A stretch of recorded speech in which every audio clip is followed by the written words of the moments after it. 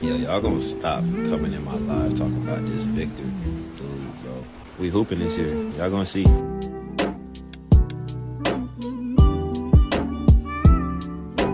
Alright team, today we have some catching up to do. As y'all know, we missed quite a bit of time while we were on vacation, so today we got a Spurs update video where we will just be going over all the news that we missed or just anything really of importance. So without wasting too much time, first order of business, the Spurs have signed Lindy Waters III on a 1-year deal. Waters has shot 37% from 3 in his first 4 NBA seasons in Oklahoma City, Golden State, and Detroit. Now this isn't like a groundbreaking signing. This isn't even as important as the Luke Cornett signing, but I still think that it does some good for the Spurs, even if this is an end of the rotation piece. At the end of the day, if you're not adding anything else, you're at least adding a capable 3-point shooter. He's not a sniper. He's not going to be Harrison Barnes 100% from 3 in the corner, but he can provide some shooting. In spot minutes, those games where you have someone have an injury like some knee soreness or something, you throw Lindy Waters in the game, knock down a couple threes, and then he goes back to the bench. I do think he can provide some quality shooting. Now, would I play him over Riley Minix? No, I would much rather have Riley Minix play over Lindy Waters, if I'm being honest. But every team needs a player like this. End of the rotation, you can throw in, give him some spark off the bench. Career average is 5 points per game, and he is a 37% career 3-point shooter. Didn't shoot it so well with the Golden State Warriors. 33% is alright. But in his 14 games in Detroit, he did shoot 39%. And so, like I said, this signing isn't something that's going to tilt the championship odds. I mean, who knows if Lindy Waters will even play or if he'll be on the team at the end of the season. But at the end of the day, this isn't a bad signing, and I like it. I can respect it. Next up, we got this report that came out by Legion Hoops or Amiga Hoops. This was sent to me in the Spurs Spotlight Discord. Again, if y'all haven't joined, y'all go ahead and join that. Kristaps Porzingis thought he was getting traded to the Spurs before he was informed he was headed to Atlanta. As you all know, KP got traded to Atlanta, and even though I would like this pairing, I would really like it, I'm kind of glad it didn't happen because Kristaps Porzingis is injury prone, or even if you're not calling him injury prone, he's just set to miss a certain amount of games. He's actually gonna miss like a good chunk of your games. As you know, he didn't even play in the finals. I think he played like game 1, and then right now he's also dealing with some mystery illness. Who knows what that could be? But I just think that Kristaps isn't a player you add to a team like the Spurs. The Spurs are still developing. They're at a place right now where you don't know what's really gonna happen with them. You don't know if they're gonna be a top seed. You don't know if they're gonna be in a play-in. Even though I think this is a season where you expect to win and you are expecting to go into the playoffs, I still think it's very much an experimental year because you got a lot of new pieces and you have the talent to be a playoff team, but you're still experimenting with some things. And I don't want to say experimenting like it's tremendous boom or bust potential, but it's more of the filling out process. I wouldn't say experimenting. Yeah, the Spurs still have to go out through the filling out process. Fox and Wemby only played 4 games. You add a new piece with Dylan Harper, and although I think that's all gonna work in the end, I think there is gonna be some growing pains per usual. And Porzingis is a player who you add to a team like the Celtics. You know, they were already championship contenders. You give him a team like the Celtics and boom, they're a championship team. They didn't even really need him, so him missing time wasn't that big of a deal. But if you put him on the Spurs, I think him missing that time would actually do them some damage. So I'm not mad at the Spurs missing out on this, but you know he wanted to come to the Spurs. Instead, he's gonna have to go miss his games in Atlanta. Next, we got a little clip right here. This was posted by the Guard Whisperer. You know, he was working out with Steph Castle, and it seems like he was in the lab with Carter Bryant as well. This post was actually posted by Rockets Culture. He said, Carter Bryant with the move on Tari. I think Carter is going to be a really good 3-and-D player, and as we know,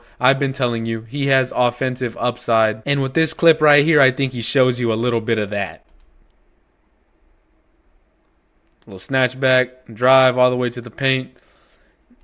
Now, I believe that is Tari Eason. I don't know what other Rockets fan would be referring to a player as Tari. We know he's a great defender, so for Carter Bryant to get him on these skates right here, and he's not even known for this, I think that just goes to show you that I'm right with the offensive upside. Even though he doesn't have it right now, I think in the future he's going to be able to put the ball on the floor. Not a heavy ISO player, but kind of like an OG Anunoby. He can go get you a bucket, and he's no slouch when he puts the ball on the floor. And so when he gets comfortable, y'all beware, man. Y'all beware. I know that he was in the Summer League. It didn't look all great, but then again, I think Summer League is just like pickup basketball, and that's not really a place where 3-and-D players like Carter Bryant can go and shine. That's more of like heavy ISO pickup. I'm just going to cook you. I think Carter Bryant's more of a system player, especially right now. And so if you have no system, like, what are you going to do? That's like putting Jeremy Sohan out there in Summer League. But speaking of Jeremy Sohan, we got Jeremy Sohan jump shot watch has begun. Or my bad, I mean begun before y'all start roasting me because I said something wrong. But shout out to Josh for this post right here. As y'all know, Sohan fixed his jump shot. It's looking way more smooth, and we're just going to get another glimpse of that right here.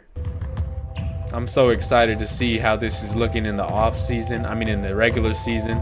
We know that he's been working on this. And hopefully it's not a Ben Simmons situation, you know, where he posts all these jump shot videos, but then it never really translates to the regular season. And one thing I will respect about Sohan is he's never really been scared to shoot the ball. Ben Simmons, he don't want to shoot the basketball. If you leave Sohan open, he's going to shoot it. We all know that game winner against the Suns.